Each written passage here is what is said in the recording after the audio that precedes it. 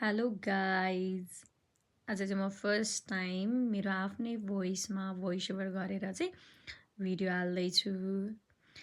रातिको समय अनि यस्तो डेन्जर भोक लागेको थियो कि होइन, अनि मेरो बहिनीले चाहिँ हतपट लाएर ल म नुडल्स बनाइदिन्छु भनेर भने। नुडल्समा चाहिँ हामीले के राखेको छौँ भन्दाखेरि ससेज राखेको छौँ, अनियन होइन, त्यस्तै गरी चाहिँ क्यारट राखेको छौँ, चिली राखेको छौँ। एकदमै मिठो होला जस्तो छ। अनि त्यसपछिबाट लाएर हामी चाहिँ म्यागी नुडल्स खाँदैछौँ। मलाई चाहिँ म्यागी नुडल्स मनपर्छ।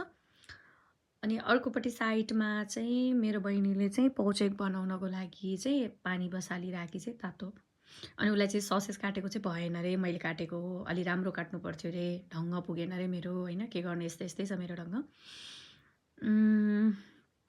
यस्तै हो, तर पनि हेर्दै मिठो मिठो होला जस्तो छ। यतापट्टि चाहिँ हामी पौचेक बनाउनको लागि चाहिँ हामी पानी बसालिरहेको छौँ। अब फाइनल चाहिँ कस्तो बन्यो भनेर चाहिँ म फेरि हाल्छु है त।